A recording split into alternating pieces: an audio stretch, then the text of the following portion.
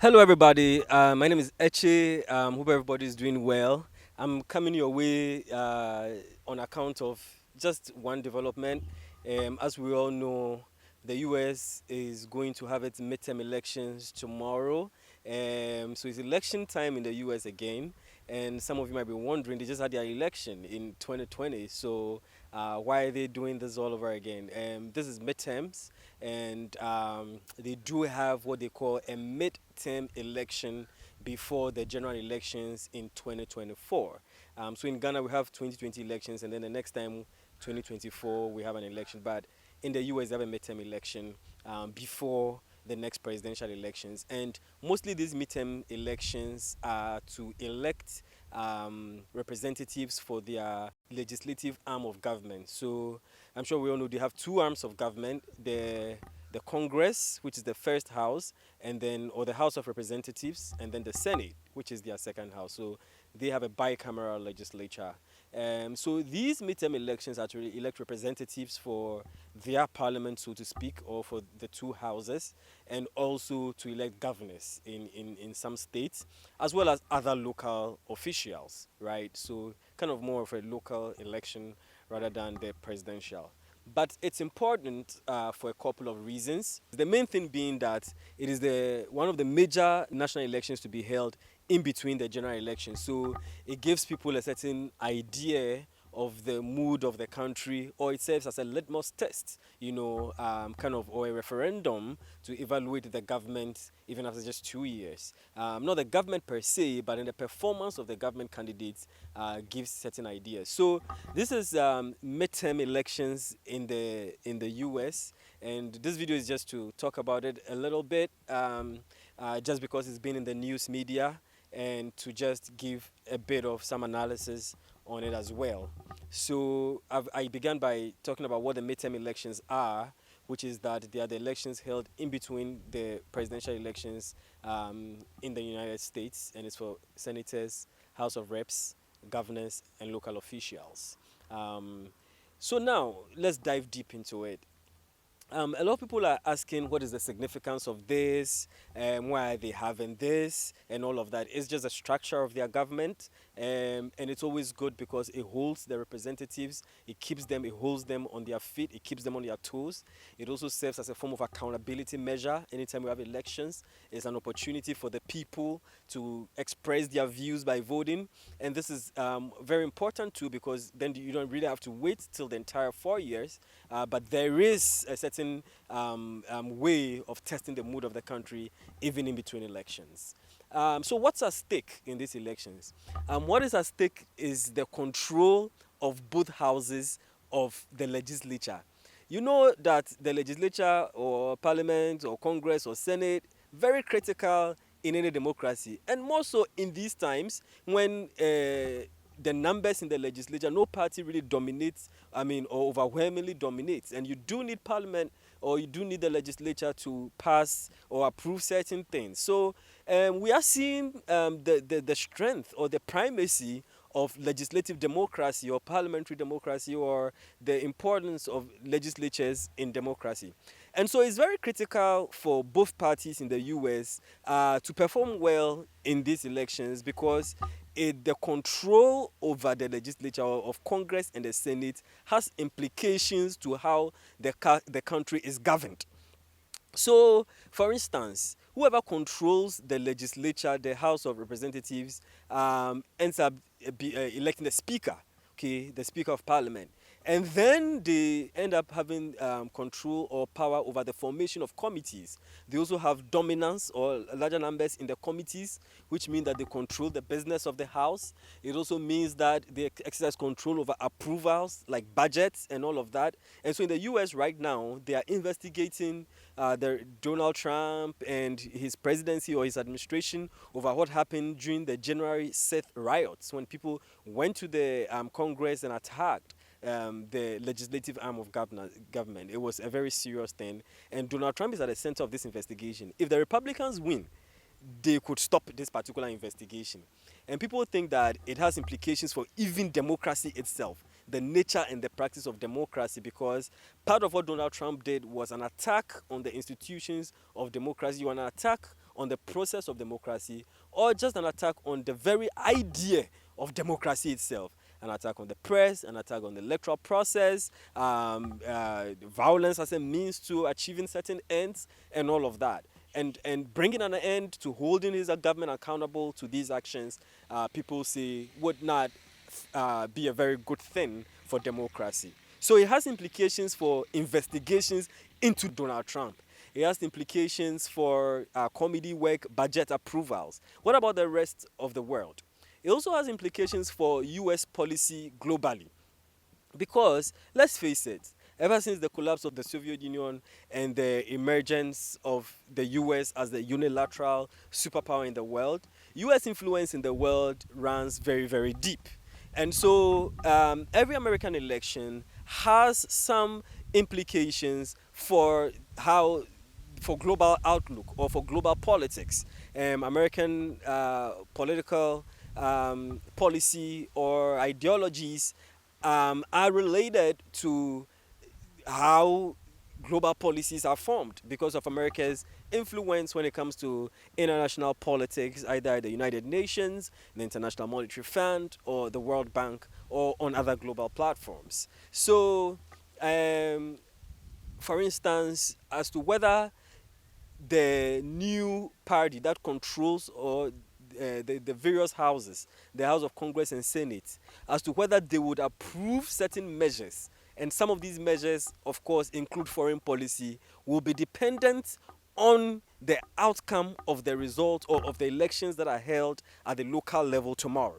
Okay, so we know that the Republicans really are not very, very enthusiastic about climate change.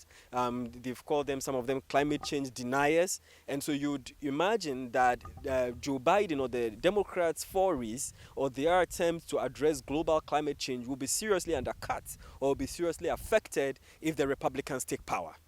Also, in terms of ideological outlook, the Democrats are more prone to moderate policies. They are more prone to cooperation rather than unilateral intervention. And so there's a likelihood that policies of the Biden administration, in terms of democratic outreach to the rest of the world, in terms of cooperation with nations across the world, in terms of even interventions to address poverty and humanitarian crisis and issues across the world. The Republicans might take a different view of it. It will depend on the budgets that the Republicans decide to approve for some of these interventions. And so an election in the US therefore would have some international consequences. You know, somebody can be whoever wins in, let's say, Maricopa County, or whoever wins in the Rust Belt in Ohio or in the Midwest or in certain counties or in certain states, depending on which senator or which congressman is elected and the policies and the outlook of that particular individual, they may vote to approve a certain budgetary measure or not. And some of these budgetary measures include humanitarian and foreign policy interventions, including those that affect Africa. It includes their participation in UN affairs, the UNFPA, agricultural policies, subsidies to peasant farmers, and different policies to address poverty. We do know that the Republicans, for instance, are very averse to spending too much money outside the US, especially if it does not have a direct relationship to the US's own idiosyncratic foreign policy goals, for instance. Okay, so these are the sort of implications that it will have. Ukraine, for instance, although U.S. foreign policy are pretty much aligned when it comes to certain things, the Biden administration has had a larger overreach into Ukraine that normally would be. And so the question is, would a Republican-controlled Congress, for instance, cut back on such interventions and all of that? And that would definitely have implications to Ukraine's own ability or power to be able to contain the assault from Russia and their own ability to be able to pass domestic policy or to be able to produce and to be able to concentrate on their own productivity or internal exports, which definitely affects different countries because we do know the relationship between the Ukraine war and certain export commodities and other trade and investments across the world. So basically, this is just a snapshot, but yeah, those elections in the U.S. definitely do have implications, and if for nothing at all, there's also a certain soft power element of it. You know, the U.S. For all the criticisms that they face, have been one of the major symbolisms, or one of the major global representatives of democracy. They've been a force to reckon with, and so a lot of countries look up to the US in terms of democratic practice and democratic ideals. American values, American culture, American media, American cultural and products are exported across the world, including democratic values. And so, if democracy suffers in the US, then it does have implications for democracy in other parts of the world, and the freedom that autocrats, or dictators might have to perpetrate certain inhumane actions across the world. And so, American democracy is an advertisement for democracy across the world, and democracies across the world look up to the US, and so it's very crucial that these things go well out there as well. So this is part of the reason why American elections generally kind of attract interest across the world, in terms of their processes, in terms of their structures, and in terms of their procedures. The whole world will be watching to really see how all of this goes. And for those interested in Donald Trump, there's a certain dimension to it as well. You know that Donald Trump is looking forward to coming back in 2024, but this would be a litmus test. This will give us a certain indication of the power that Donald Trump still wields within the Republican Party, because he has endorsed certain candidates. In fact, some candidates still owe allegiance to Donald Trump. They've subscribed to some of the ideals of Donald Trump, some of those extremist ideals. Some of them are like what we call the election deniers. They still think the election was rigged. They have very extreme policies, and Donald Trump has gone all out to support these candidates. And so, whether these candidates win or not will give us an idea as to whether the values and the ideals of Donald Trump still remain within the Republican Party. And that then gives us an indication of the strength of Donald Trump going into 2024, and if he could really launch a comeback as well. And of course, Joe Biden, it would give us also an indication of how Americans feel about his governance and his support for certain candidates. So there's a whole lot of complexity going on here.